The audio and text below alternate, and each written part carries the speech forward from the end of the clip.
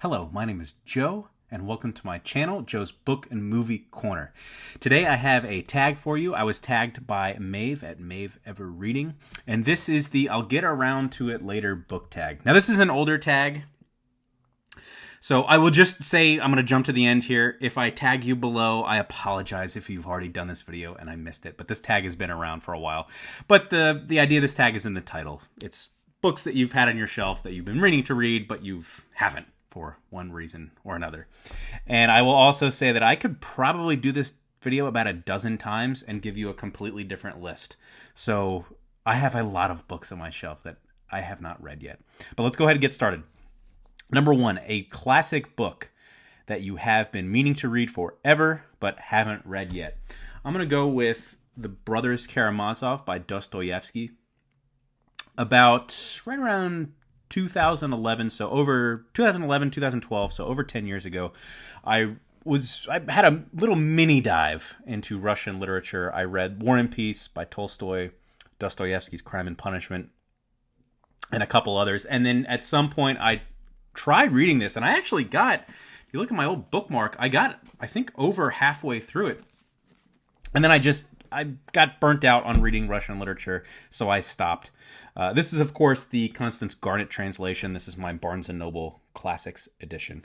At some point, I will read this, but I haven't had a desire to go back into Russian literature recently. But one day, I'll get to it. Number two, and this one's a bit vague. It's just simply a book on your shelf you haven't read yet. 2024, I went on a huge book buying binge. I have a lot of Star Trek books I haven't read yet. So I wanted to pick one of those. But next to my Star Trek books, I completely forgot that I had this. This is The Alienist by Caleb Carr. And this was given to me probably around the same time, 2011, 2012, by my grandmother, actually. When she moved in with my parents, I remember every night, at the time I was also living with my parents. I was kind of a bum for a couple years there. I remember she would read romance novels, but she also, I think, liked crime stories and books kind of like a book that I've recently read, Red Dragon, one of the Hannibal Lecter books. And this is, I've read maybe the first couple chapters of this. This, to me, seems like a bit in the same vein, kind of a psycho killer mystery detective story. And they've recently made a TV show about this, which looks pretty good. But I haven't read it yet. And one day I'd like to read it. So yeah, book from my grandmother that at some point I should read. Number three, a book that you recently got that you have not read yet. This was a relatively recent purchase. I think I purchased this probably at the very beginning of the year in January. This is Conflict, the History of the Korean War by Robert Leckie. If you've watched my videos, I will not stop talking about Robert Leckie. I've read only two of his books, his American Revolutionary War history, as well as his single-volume World War II history. I recommend both of those books. And at some point, I'd like to learn about the Korean War. I've mentioned an Eisenhower biography that I'd probably like to read before I get to the Korean War, but who knows? So at some point, I'll read this. I have more Leckie, too. I have a Civil War book. I have his personal account of World War II. And this is one of them. Next up, number four, a book you have had forever but haven't read yet. This is one of the oldest books on my shelf. I think I received this probably early on when I was in high school. I'm sure I have older books that I haven't read, but this is the oldest one that immediately came to mind. This is Hitler, 1936 to 1945 Nemesis by Ian Kershaw. And this is actually a sequel to an earlier book. Let's see if I can get the title right of the first book. His first book that Kershaw wrote on Hitler is called Hitler, 1889 to 1936, Hubris. And I will say I will talk about two books in my March wrap-up video. I've read two books recently, one on the fall of the Weimar Republic and one of the kind of lead up to World War II, focusing on Nazi Germany. And I've realized one with my history reading, both with Robert Leckie and the current book I'm reading now, Dreadnought by Robert Massey, I'm realizing that I think I might be ready to start diving into biographies. And I know I've had this on my shelf for a really long time, but I think I'm actually going to track down this first book, Hubris, first, because I just want to read the opening part of the preface.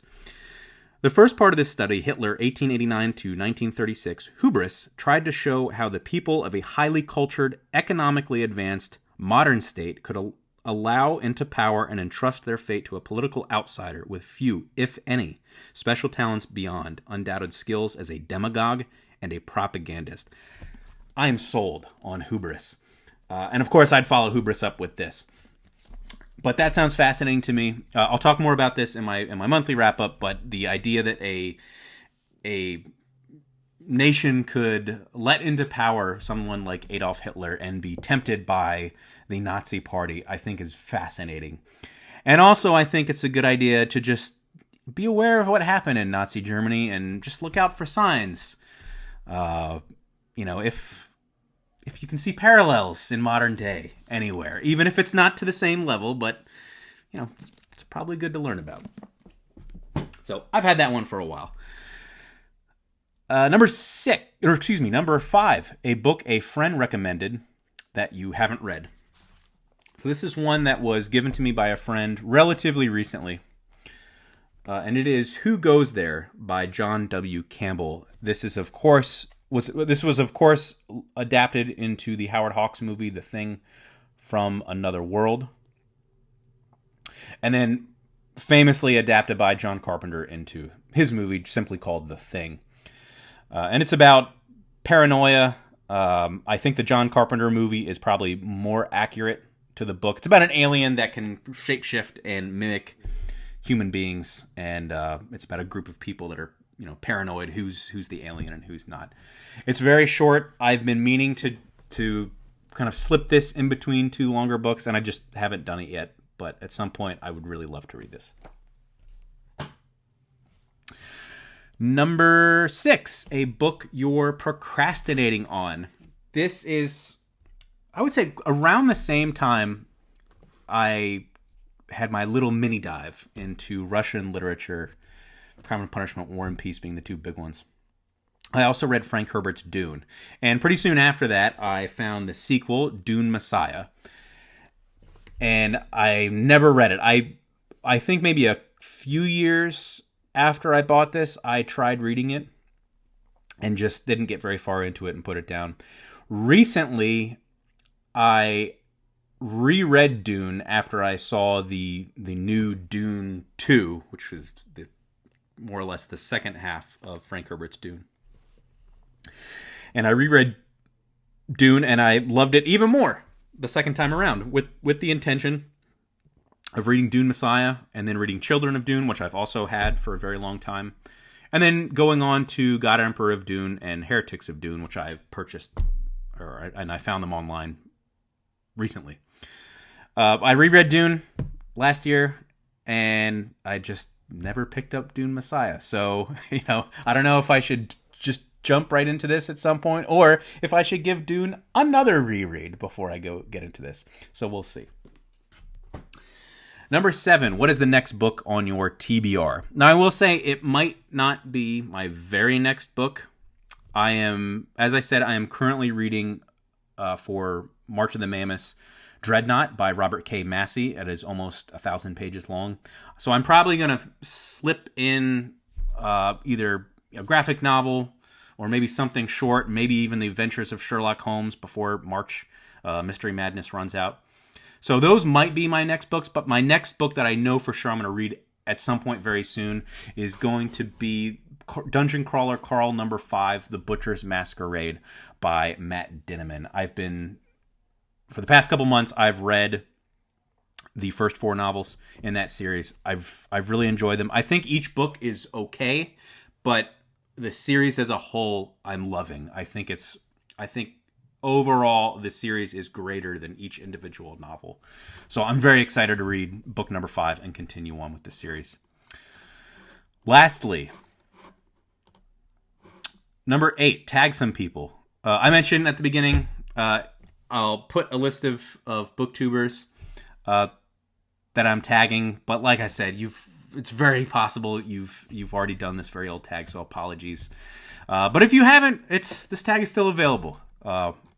Anyway, so that's all for now. Thank you.